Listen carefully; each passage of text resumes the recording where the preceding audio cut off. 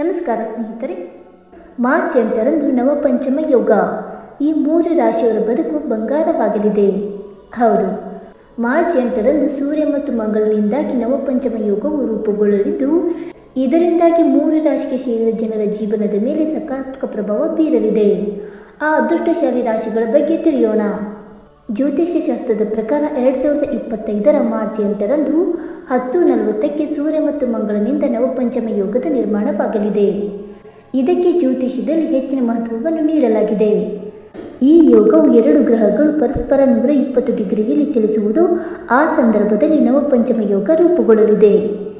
ಇನ್ನು ಜ್ಯೋತಿಷ್ಯದ ಪ್ರಕಾರ 2 ಗ್ರಹಗಳು ಜಾತಕದಲ್ಲಿ 9ನೇ ಮತ್ತು 5ನೇ ಮನೆಯಲ್ಲಿ ಚಲಿಸುವುದರಿಂದಾಗಿ ನವಪಂಚಮ ಯೋಗದ ನಿರ್ಮಾಣವಾಗಲಿದೆ. ಇನ್ನು ಮಾರ್ಚ್ 8ರಂದು ಸೃಷ್ಟಿಯಾಗಲಿರುವ ನವಪಂಚಮದ ಯೋಗದ ಪ್ರಭಾವವನ್ನು ಎಲ್ಲ ರಾಶಿಗೆ ಸೇರಿದ ಜನರ ಜೀವನದ ಮೇಲೆ ನೋಡಬಹುದಾಗಿದೆ.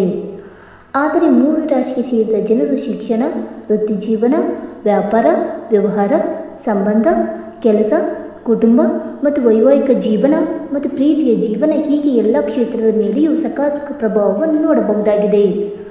ಹಾಗಾದರೆ ಆ ಅದೃಷ್ಟಶಾಲಿ 3 ರಾಶಿಗಳು ಯಾವುವೆಂದು ತಿಳಿದುಕೊಳ್ಳೋಣ. ಬನ್ನಿ ಸ್ನೇಹಿತರೆ. ಅದಕ್ಕೂ ಮುಂಚೆ ನೀವು ನಮ್ಮ ಚಾನಲ್ಗೆ ಸಬ್ಸ್ಕ್ರೈಬ್ ಮಾಡದೆ ನೋಡ್ತಾ ಇದ್ದರೆ ದಯವಿಟ್ಟು ನಮ್ಮ ಚಾನಲ್ಗೆ ಸಬ್ಸ್ಕ್ರೈಬ್ ಮಾಡಿಕೊಳ್ಳಿ ಸ್ನೇಹಿತರೆ. ಹಾಗೆ ವೈದಿಕ ಜ್ಯೋತಿಷ್ಯ ಮತ್ತು ಆಚಾರ ವಿಚಾರಗಳಲ್ಲಿ ನಂಬಿಕೆ ಇದ್ದರೆ ವಿಡಿಯೋಗೊಂದು ತಪ್ಪದೆ ಲೈಕ್ ಕೊಟ್ಟು ನಿಮ್ಮ ಆತ್ಮರಿಗೂ ಶೇರ್ ಮಾಡಿ. ಮೊದಲನೇದಾಗಿ ಮೇಷರಾಶಿ. ಮೇಷರಾಶಿಗೆ ಸೇರಿದ ಜನರು ಸೂರ್ಯ ಮತ್ತು ಮಂಗಳನಿಂದ ರೂಪುಗೊಳ್ಳುವ ನವಪಂಚಮ ಯೋಗದ ವಿಶೇಷ ಪ್ರಭಾವಕ್ಕೆ ಒಳಗಾಗಲಿದ್ದಾರೆ.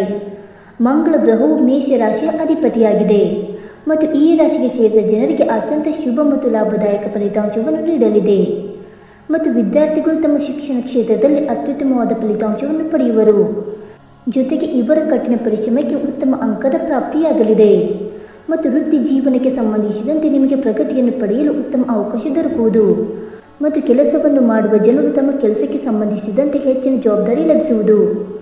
ಇದರಿಂದ ವ್ಯಾಪಾರ ವ್ಯವಹಾರಕ್ಕೆ ಸಂಬಂಧಿಸಿದಂತೆ ಉತ್ತಮ ಸಮಯವಾಗಿರುವುದು ಮತ್ತು ಜೀವನದಲ್ಲಿ ಪ್ರೀತಿ ಮತ್ತು ಸ್ನೇಹ ಹೆಚ್ಚಾಗಿರುವುದು ಮತ್ತು ಪ್ರೇಮ ಸಂಬಂಧದಲ್ಲಿ ಹೊಸ ಉತ್ಸಾಹ ಇರುವುದು. ಹಾಗೆ ನಿಮ್ಮ ಕುಟುಂಬ ಸದಸ್ಯರ ಸಂಪೂರ್ಣ ಬೆಂಬಲ ದೊರಕುವುದು. ಎರಡನೇದಾಗಿ ಸಿಂಹರಾಶಿ. ಸಿಂಹರಾಶಿಗೆ ಸೇರಿದ ಜನರಿಗೆ ಸೂರ್ಯ ಮಂಗಳ ನವಪಂಚಮ ಯೋಗದ ಶುಭ ಪ್ರಭಾವ ಬೀರಲಿದೆ. ಹಾಗೆ ಸಿಂಹರಾಶಿ ಅಧಿಪತಿ ಸೂರ್ಯದೇವನಾಗಿದ್ದಾನೆ ಮತ್ತು ಮಂಗಳನು ಈ ರಾಶಿಯ ಸ್ನೇಹ ಗ್ರಹವಾಗಿದೆ. ಆದ್ದರಿಂದ ಈ ಯೋಗವು ಸಿಂಹರಾಶಿಗೆ ಸೇರಿದ ಜನರಿಗೆ ವಿಶೇಷವಾಗಿ ಲಾಭದಾಯಕವಾಗಿರುವುದು ಮತ್ತು ಪ್ರಗತಿಯನ್ನು ಪಡೆಯಲು ಉತ್ತಮ ಕೆಲಸವನ್ನು ಮಾಡುವುದರೊಂದಿಗೆ ಬಡ್ತಿಗೆ ಜೊತೆಗೆ ಸಂಬಳದಲ್ಲಿ ವೃದ್ಧಿಯಾಗುವ ಯೋಗವಿದೆ. ನೀವು ಈ ಸಂದರ್ಭದಲ್ಲಿ ಹೊಸ ಕೌಶಲ್ಯಗಳನ್ನು ಕಲಿಯುವುದು ಮತ್ತು ಶೈಕ್ಷಣಿಕವಾಗಿ ಸುಧಾರಣೆಯನ್ನು ಹೊಂದಲು ಇದು ಉತ್ತಮ ಸಮಯವಾಗಿರುವುದು ಮತ್ತು ಹೂಡಿಕೆಯನ್ನು ಮಾಡಲು ಸಹ ಇದು ಉತ್ತಮ ಸಮಯವಾಗಿರುವುದರಿಂದ ವಿದೇಶಕ್ಕೆ ಸಂಬಂಧಿಸಿದಂತೆ ವ್ಯಾಪಾರವನ್ನು ಮಾಡುವ ಜನರಿಗೆ ಉತ್ತಮ ಪ್ರಗತಿ ಲಭಿಸಲಿದೆ. ಕಲೆ, ಸಂಗೀತ ಮತ್ತು ರಚನಾತ್ಮಕ ಕ್ಷೇತ್ರಗಳಲ್ಲಿ ತೊಡಗಿರುವ ವಿದ್ಯಾರ್ಥಿಗಳಿಗೆ ಶುಭ ಫಲಗಳ ಪ್ರಾಪ್ತಿಯಾಗುವುದು ಮತ್ತು ಪತಿ ಪತ್ನಿಯರೊಂದಿಗೆ ಉತ್ತಮ ಸಮತೋಲನವಿರಲಿದೆ.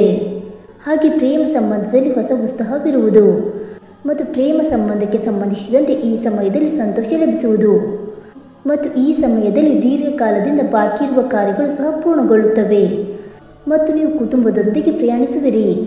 ನಿಮ್ಮ ಆಸೆಗಳು ಈಡೇರುತ್ತವೆ ಮತ್ತು ನವಪಂಚಮ ಯೋಗದ ಪ್ರಭಾವದಿಂದಾಗಿ ವೃತ್ತಿಪರ ಕ್ಷೇತ್ರದಲ್ಲಿ ಕಠಿಣ ಪರಿಶ್ರಮವು ಫಲಿತಾಂಶಗಳನ್ನು ನೀಡುತ್ತದೆ ಮತ್ತು ವ್ಯವಹಾರದಲ್ಲಿ ಲಾಭದ ಅವಕಾಶಗಳು ಹೊರಹೊಮ್ಮುತ್ತಿವೆ ಮತ್ತು ವೈವಾಹಿಕ ಜೀವನದಲ್ಲಿ ಮಾಧುರ್ಯ ಉಳಿಯುತ್ತದೆ ಮತ್ತು ಸಂಗಾತಿಯಿಂದ ಉಡುಗೊರೆಗಳನ್ನು ಸ್ವೀಕರಿಸುವ ಸಾಧ್ಯತೆ ಇದೆ ಮತ್ತು ಮದುವೆಯಲ್ಲಿನ ಯಾವುದೇ ಅಡೆತಡೆಗಳನ್ನು ಸಹ ದೂರವಾಗುವುದು. ಇನ್ನು ಮೂರನೆಯದಾಗಿ ಧನುರಾಶಿ. ಧನುರಾಶಿಗೆ ಸೇರಿದ ಜನರಿಗೆ ಸೂರ್ಯ ಮಂಗಳನಿಂದ ರೂಪುಗೊಳ್ಳುವ ನವಪಂಚಮ ಯೋಗದಿಂದಾಗಿ ಸಾಕಷ್ಟು ಶುಭ ಫಲಗಳು ದೊರಕುವುದು ಮತ್ತು ಕೆಲಸವನ್ನು ಹುಡುಕುತ್ತಿರುವ ಜನರಿಗೆ ಇದು ಉತ್ತಮ ಸಮಯವಾಗಿರಲಿದೆ. ನಿಮಗೆ ಸಾಕಷ್ಟು ಅವಕಾಶಗಳು ದೊರಕುವುದು ಮತ್ತು ವ್ಯಾಪಾರವನ್ನು ಮಾಡುವ ಜನರಿಗೆ ಇದು ಉತ್ತಮ ಸಮಯವಾಗಿರುವುದು. ನಿಮಗೆ ಹೊಸ ಗ್ರಾಹಕರು ಲಭಿಸುವುದರ ಜೊತೆಗೆ ನಿಮ್ಮ ವ್ಯಾಪಾರಿಕ ಸಂಬಂಧ ಹೊಂದುವುದರಿಂದ ಆದಾಯ ಹೆಚ್ಚಾಗುವುದು. ನಿಮಗೆ ಹಳೆಯ ಸಾಲಗಳಿಂದ ಮುಕ್ತಿ ದೊರಕುವುದು ಮತ್ತು ವ್ಯಾಪಾರಕ್ಕೆ ಸಂಬಂಧಿಸಿದಂತೆ ಪ್ರಯಾಣದಿಂದ ಹೆಚ್ಚಿನ ಲಾಭ ದೊರಕಲಿದೆ ಮತ್ತು ಸ್ಪರ್ಧಾತ್ಮಕ ಪರೀಕ್ಷೆಗಳಲ್ಲಿ ನಿಮಗೆ ಯಶಸ್ಸು ಲಭಿಸುವ ಯೋಗವಿದೆ. ವಿಶೇಷವಾಗಿ ಈ ರಾಶಿಗೆ ಸೇರಿದ ವಿದ್ಯಾರ್ಥಿಗಳು ಉನ್ನತ ಶಿಕ್ಷಣ ಮತ್ತು ಶೋಧನಾ ಕಾರ್ಯಗಳನ್ನು ಮಾಡುತ್ತಿದ್ದರೆ ನಿಮಗೆ ಯಶಸ್ಸು ಲಭಿಸಲಿದೆ ಮತ್ತು ನಿಮ್ಮ ವೈವಾಹಿಕ ಜೀವನದಲ್ಲಿ ಪ್ರೀತಿ ಮತ್ತು ಸ್ನೇಹ ಹೆಚ್ಚಾಗುವುದು ಮತ್ತು ಉತ್ತಮ ಸಂಬಂಧವಿರಲಿದೆ. ಹಾಗೆ ಅವಿವಾಹಿತರಿಗೆ ವಿವಾಹ ಯೋಗ ಕೂಡಿ ಬರುವ ಸಂಭವವಿದೆ.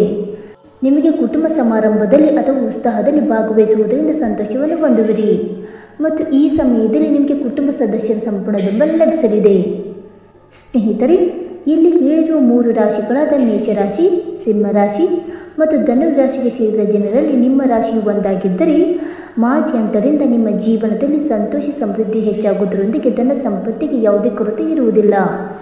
ಏಕೆಂದರೆ ಈ ದಿನ ನವಪಂಚಮ ಯೋಗದ ನಿರ್ಮಾಣವಾಗುವುದು. ಇದರಿಂದಾಗಿ ಸೂರ್ಯ ಮತ್ತು ಮಂಗಳನ ವಿಶೇಷ ಕೃಪೆಗೆ ನೀವು ಪಾತ್ರರಾಗುವಿರಿ. ಸ್ನೇಹಿತರೆ, ಈ ಮಾಹಿತಿ ನಿಮಗೆ ಇಷ್ಟವಾಯಿತಾ?